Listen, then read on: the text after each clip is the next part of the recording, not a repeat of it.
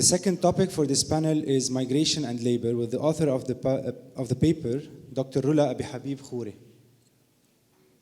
who will be joining us over Zoom. Dr. Khouri is a professor of sociology and director of the Centre d'études pour le monde arabe moderne at USG, director of the Centre d'études pour le monde arabe moderne in Beirut, previous chair of the Department of Sociology and Anthropology, St. Joseph University in Beirut between 2008 and 2017. Dr. Rula is a prolific researcher in sociological theory, political sociology, and the sociology of Lebanese society. She will be discussed on her paper by Mrs. André Waiter. Mrs. André is a European Migration Liaison Officer for Lebanon, Syria, and Jordan in the European Commission. She holds 2 MAs in philosophy and German literature, as well as interdisciplinary European studies. Mrs. Waiter possesses extensive experience as well as knowledge in international protection and migration in international frameworks. She will be discussing Dr. Abi Habib Khouri's paper titled Migration and Labor. Same as the previous session, I would like to assure that all of the papers will be uploaded on the website of the Citizen Foundation. And we will give 15 minutes for the author to present her paper, and then it will be followed by 6 to 7 minutes discussion by the discussant, and it will be followed by question from the public and online over Zoom. Mrs. Khouri, can you hear us?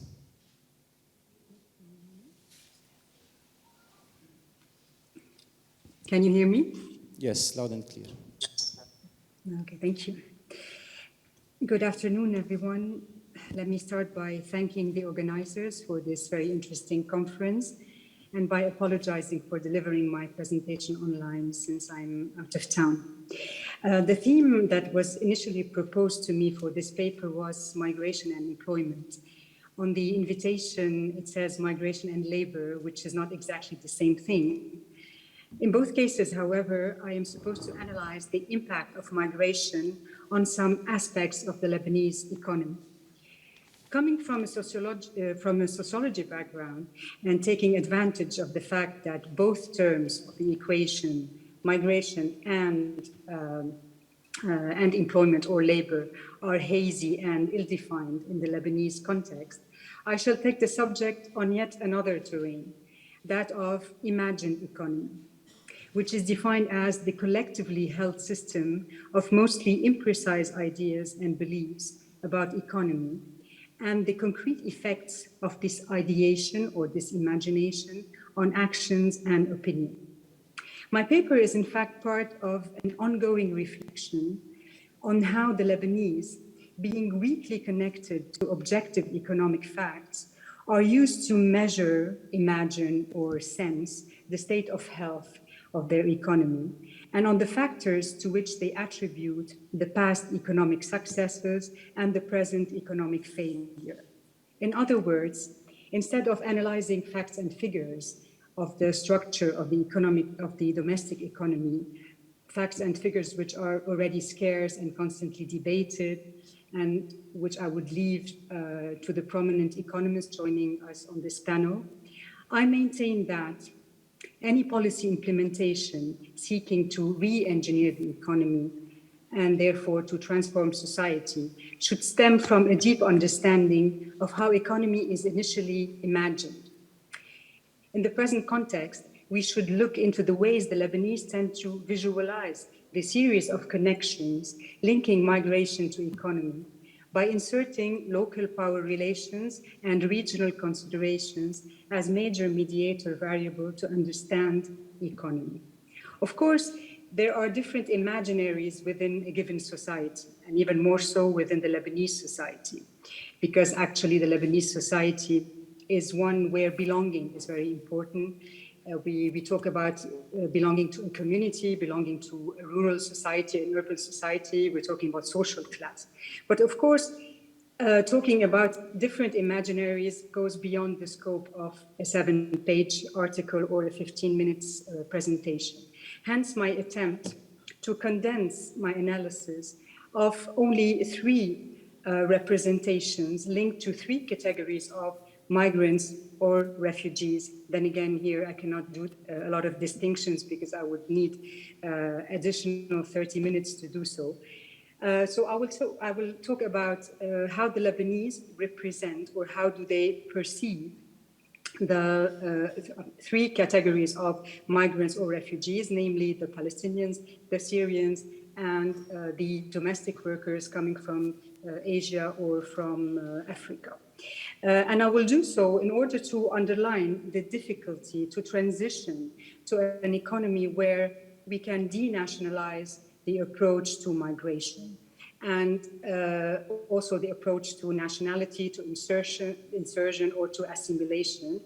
And actually, I would like to pinpoint the difficulty to think only in terms of market needs.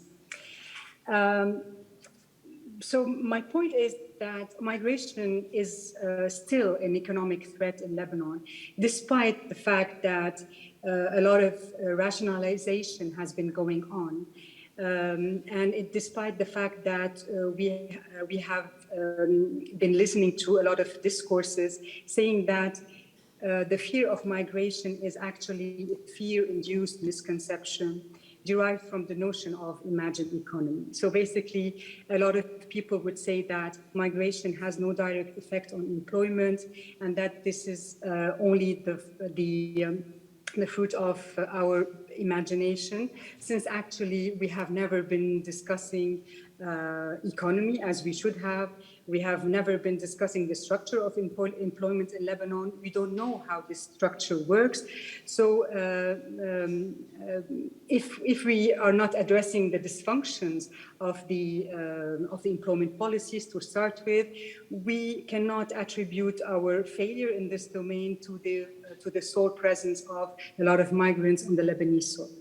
So this way of looking at things is actually very present today on the Lebanese scene, but it does not affect the other discourse, which is really adamant and which considers that a huge number of migrants on the Lebanese soil is, one way or another, a very important threat to the economy. But then again, I will not discuss facts and figures. And if my first hypothesis is that in order to understand migration, we should understand imaginary or imagined economy, my second hypothesis is that the policy making in present Lebanon concerning migration does not really benefit from theories of migration that are discussed today worldwide. What I'm trying to say is that the theories of migration are evolving today in a diametrically opposed direction to the national trajectory. In fact, these theories are sliding along the continuum from the most rigid state-based approach using biopolitics to the most ethereal conceptions of national identity and national boundaries.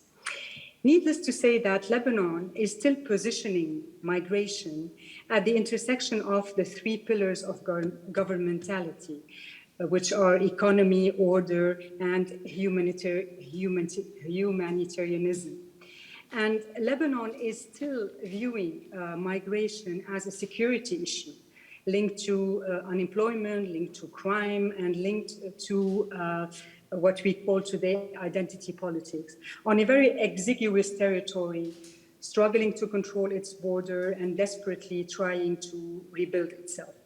So the otherwise very much appealing theories promoting nomadic societies, talking about how people should be free to move within space, free to settle wherever they see fit, is actually not very fruitful, let's say, when approaching the Lebanese reality.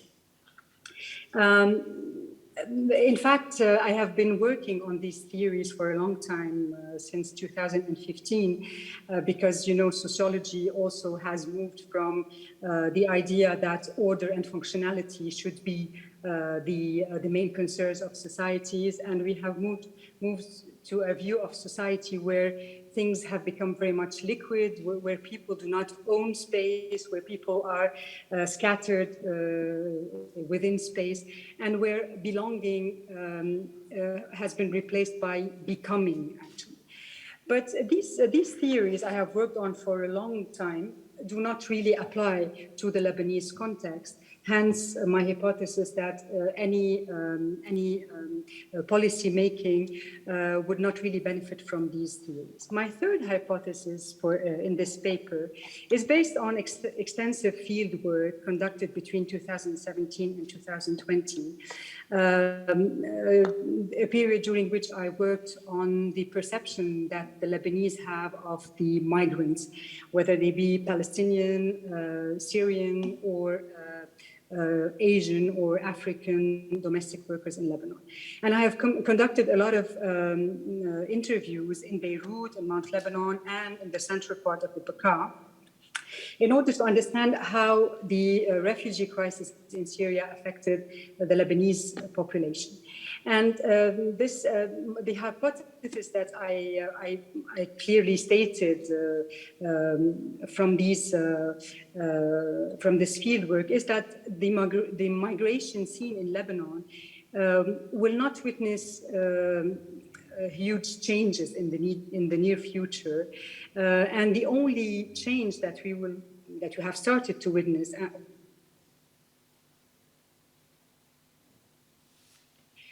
whose case actually is really apolitical. And within the same hypothesis, I clearly understood that this change was not really induced by advocacy, and it was really induced by the current economic crisis. And I will make myself clear as I go about the three categories of refugees / migrants that are in Lebanon. So I will be brief, but I would like to talk about the Palestinians to start with. Of course, the controversy over the Palestinian presence in Lebanon is a huge subject. The numbers of Palestinians in Lebanon are sometimes abated, sometimes inflated, and this only has to be analyzed from a sociological point of view. Of course, the Palestinians are marginalized in Lebanon. Of course, they do not have access to a lot of professions, to property, to social protection. But actually, the Palestinian issue in Lebanon is a political one. So we have to consider it from a political angle, where the image of the Palestinian roughly oscillates between two opposites.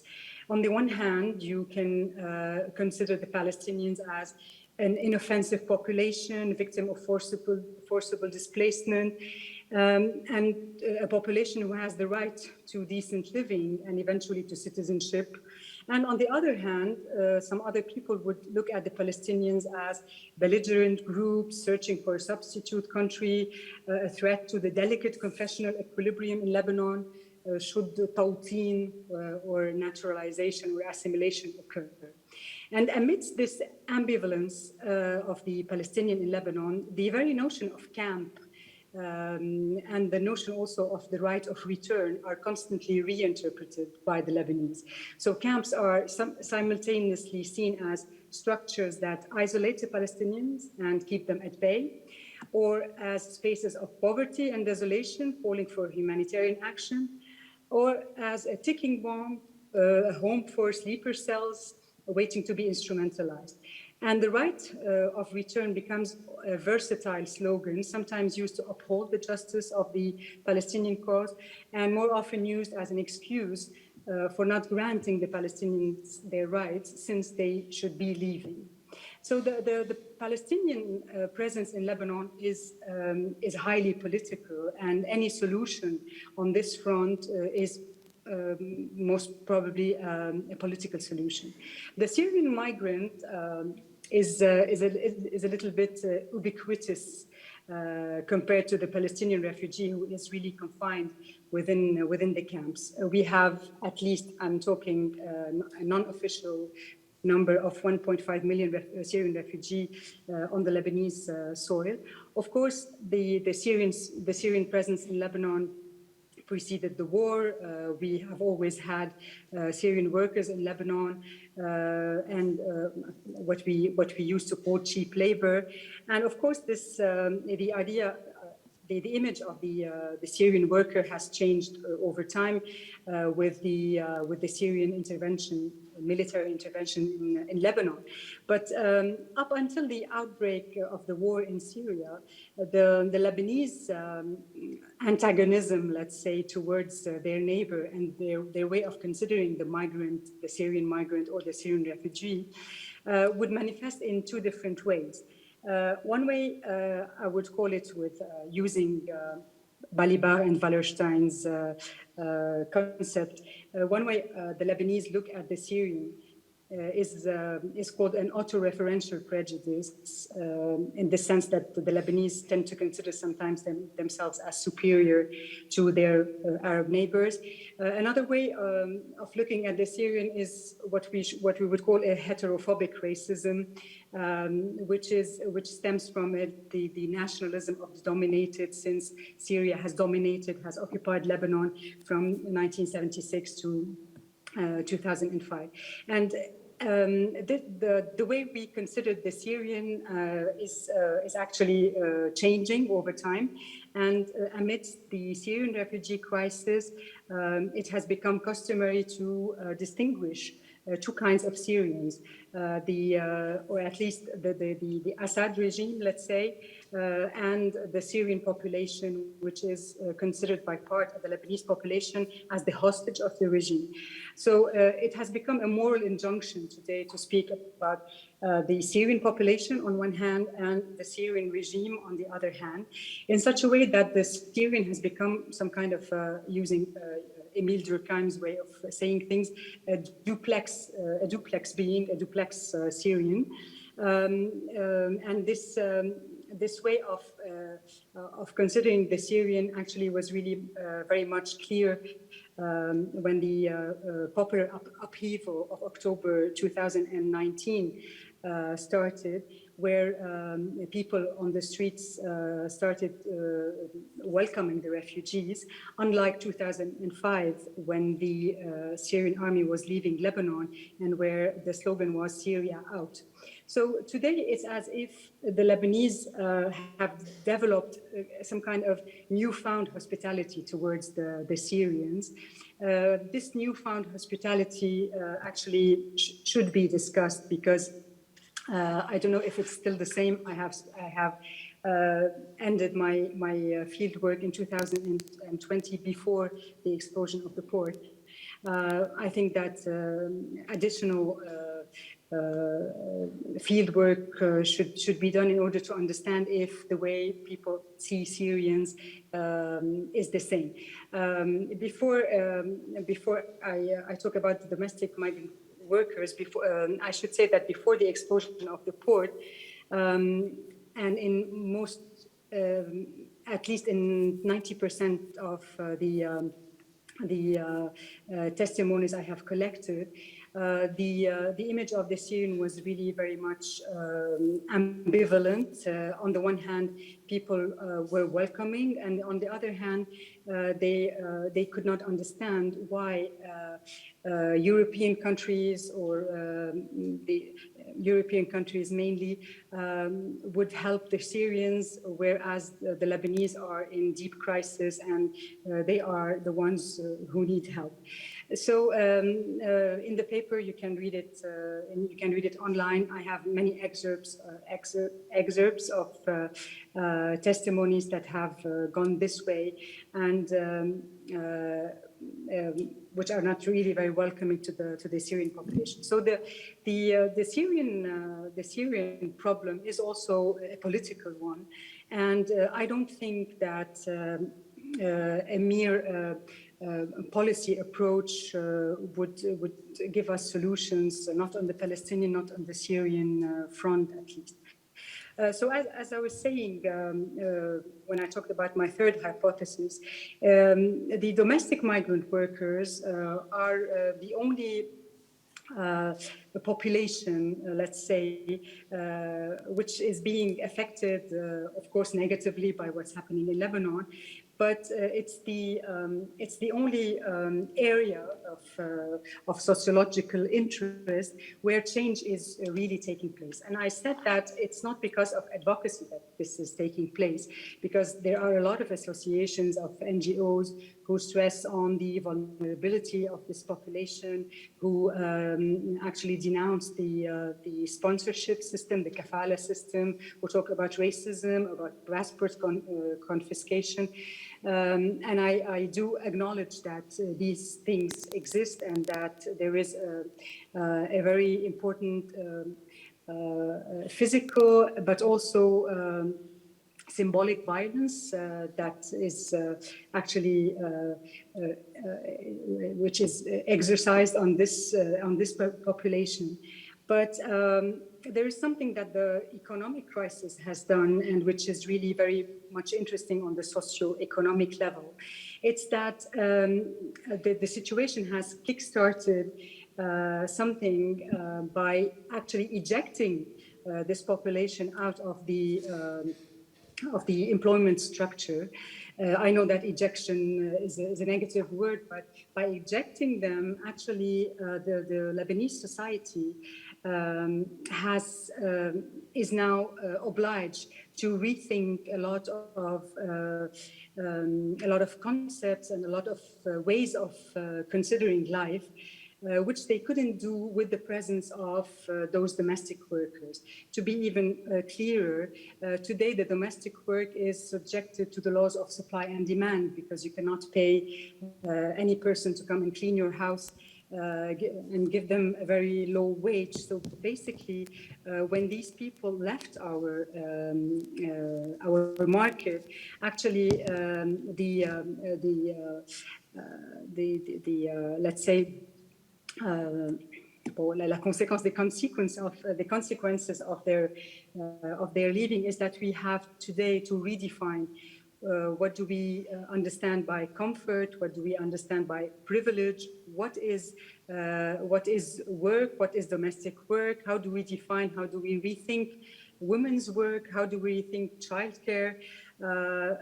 We should also reconsider our way of understanding feminism, because I don't know if you have seen caricatures about the domestic workers in Lebanon, where, for instance, I couldn't find it. There is a domestic worker from Sri Lanka holding a panel saying, "Madam wants her rights," let's say. So how do we understand today work? How do we understand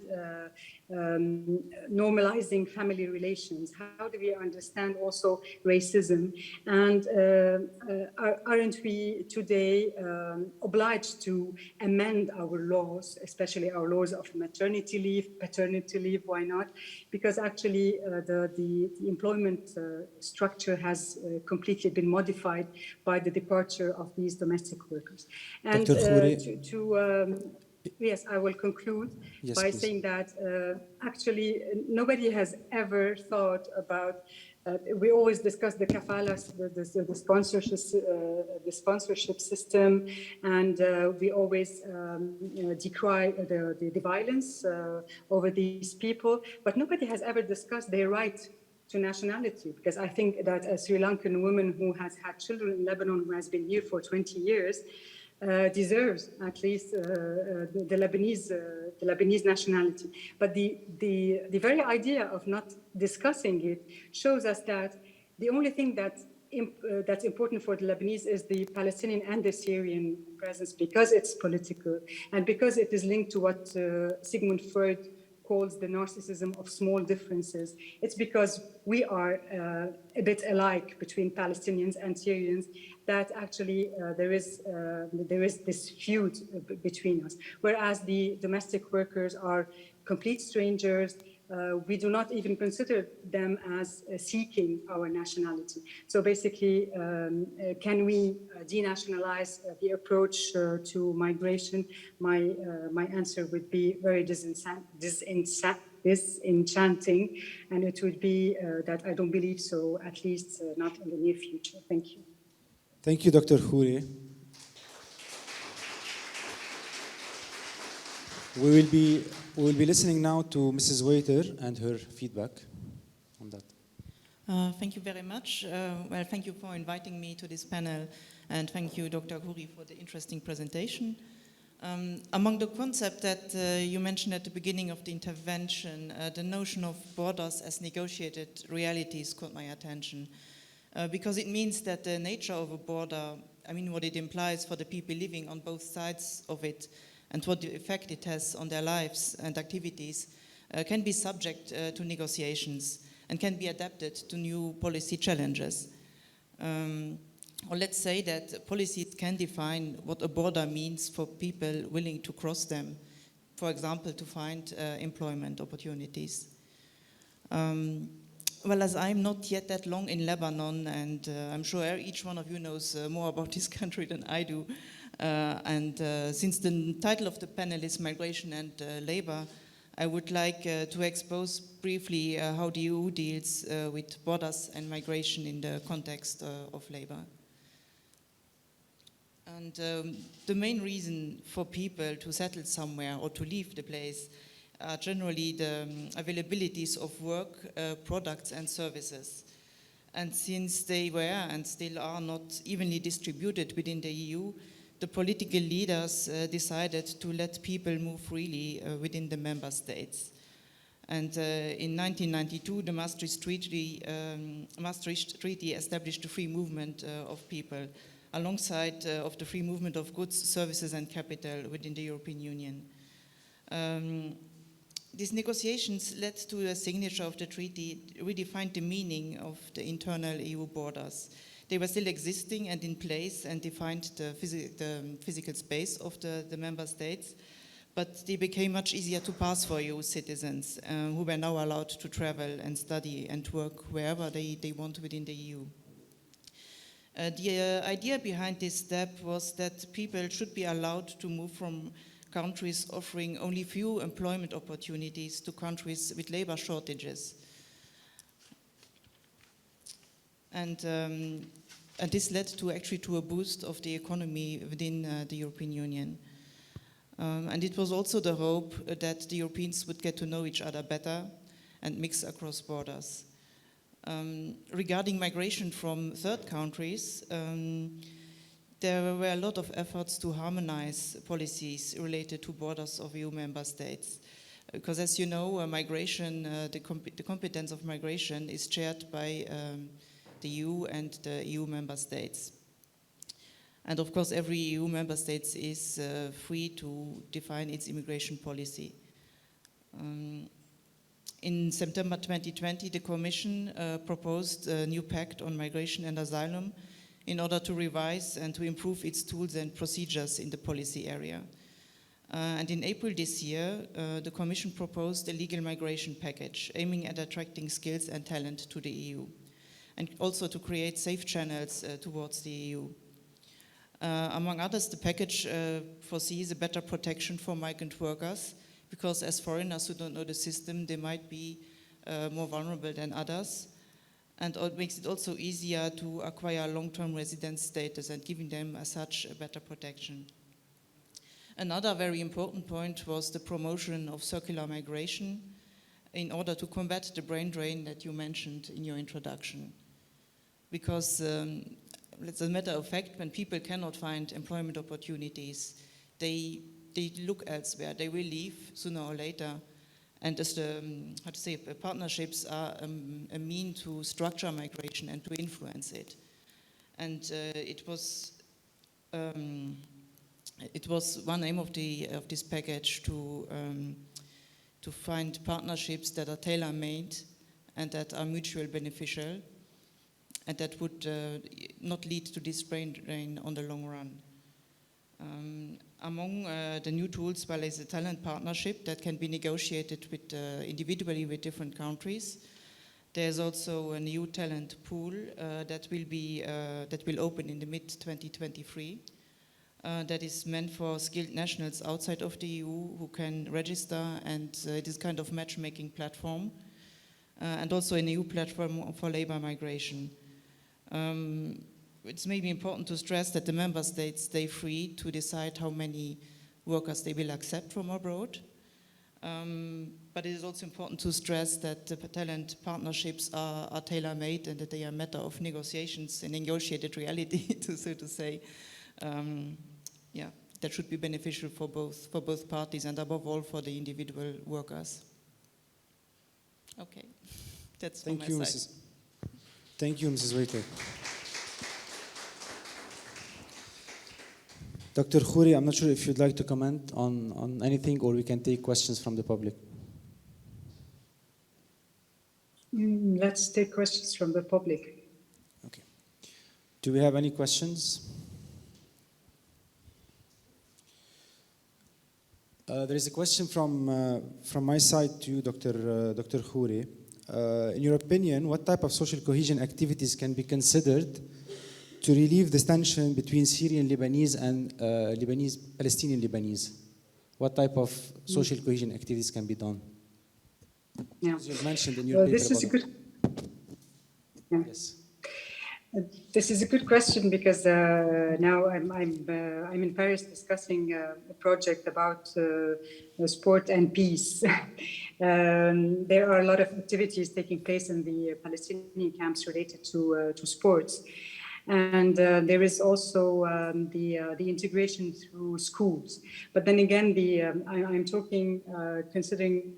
I mean, putting aside the political issue, I have someone who's writing his thesis, who is about to start writing his thesis about the Syrian community in South Lebanon, and he's working on integration through schools, because schools actually are they receive a lot of Syrian students, and this is a way of integrating them.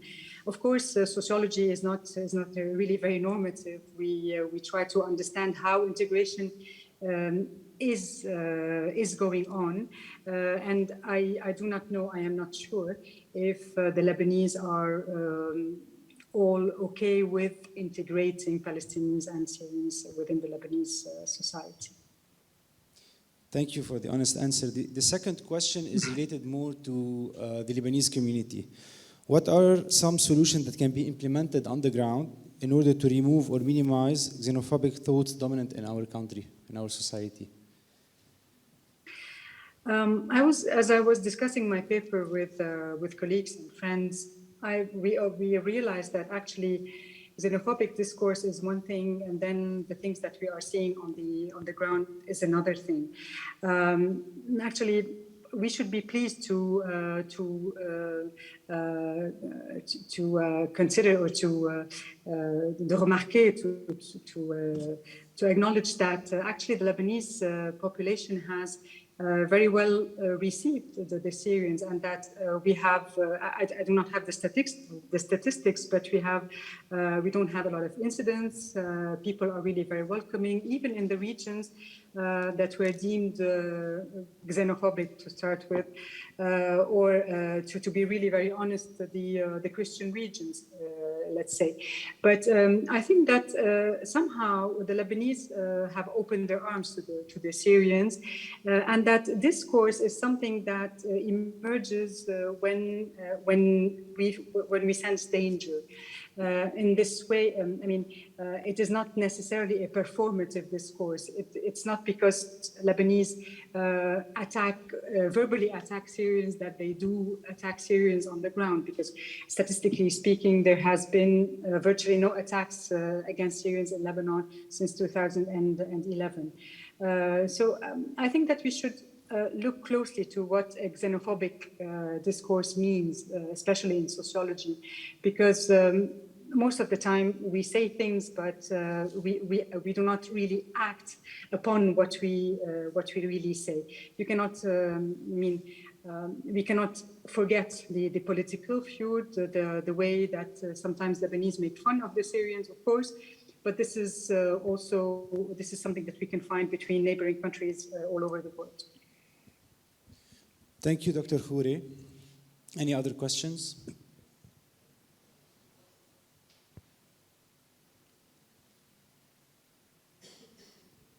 Thank you very much. Actually, my question is for both researchers. When we look actually at the Ukrainian crisis and the way Europe reacted in welcoming the Ukrainian refugees in comparison to refugees coming from the global south, is Europe actually leading a reflection today about its own xenophobic reactions to brown people entering their borders and the extreme securitization that had accompanied it, and compare it to the way that they have actually welcomed Ukrainian? Shall I go first? Okay. Well, thank you very much for your question. Okay. As a matter of fact, the European Union is welcoming many refugees. I mean, in 2015, when the Syrians arrived, they were welcome. They were, I'd say, accommodated as good as it was possible. It was also the first time that the European Union had to deal with this kind of huge influx. And yes, some measures might be a bit improvised, but they did their best concerning the, well, faced to this kind of circumstances. Another point is that, I mean, Ukraine is neighboring the European Union. It is a direct neighbor. The people don't have any other option than to run to the European Union if they don't want to run towards Russia. So I think this explains maybe the difference in reaction. And by the way, I think the option of what is it called, of temporary protection was also on discussion in 2015, 2016, but the member states at that point, they considered that relocation would be the better alternative to welcome the people the moment they cross the border and to relocate them to other member states. And it turned out that this was not working that well, and that's why they opted this time for the temporary protection.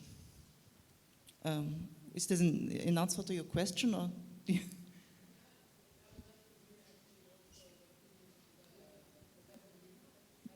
Dr. Khouri, would like to add anything? Yes. Actually, the question is very interesting, and it reminds me of a sentence that was uttered also by Emmanuel Balibar that I have quoted when he said that Europe is very busy distinguishing the bad immigrant or the bad refugee from the very bad refugee from the very, very bad refugee. And of course, we have listened to a lot of journalists talking about the Ukrainians and saying that they are blonde with blue eyes, and this sort of discourse. But I can also hear my colleagues' argument about Europe being hospitable to the Syrians, because I have witnessed how Syrians have been welcomed in Berlin, in Germany. And I have also had the occasion of talking to the Lebanese ambassador in Germany 2 years ago. And he told me that the Germans treated the Syrians so well that some Lebanese tried to forge Syrian identities in order to go to Germany. So I think that there's an exaggeration from both sides. I think that Europe, some countries in Europe have done a lot of things to the migrants, but I think that the discourse that we have heard in the press was, of course, very much offensive, and that it could lead to the remark that we have listened to now.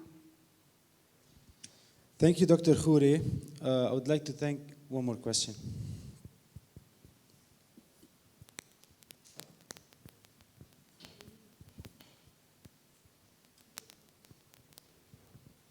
Hello. I just wanted to say a little word about xenophobia and the direction in which it is, how it is directed. Because the answer, the question, the way you said it, I mean, it goes in a certain direction. And I would like to say that actually with 1.5 million Syrian refugees in Lebanon, you need to check on the police reports, which are very interesting. And you can see how many, crimes or minor crimes, the way, how much it increased since the beginning of the of the migration period and since the beginning of the war, and especially the migration period when they arrived. And it has increased by 6.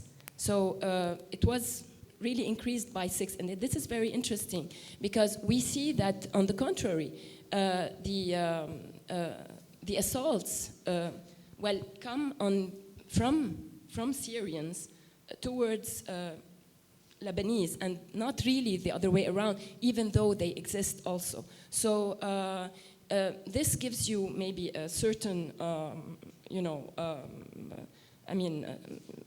certain idea, or gives you, it's a number that can be really relevant in analyzing what Rula has said today about xenophobia being maybe a big word and being really sociologically not really the word to use, or especially knowing the history of Lebanon and Syria. I'm not here to to try to defend anything, but one has to take into consideration the historic context and the way Rula mentioned it. I mean, she mentioned the Christian regions, and I want to tell you something because I've worked a little bit on doing interviews within the Syrian refugees in the Christian regions.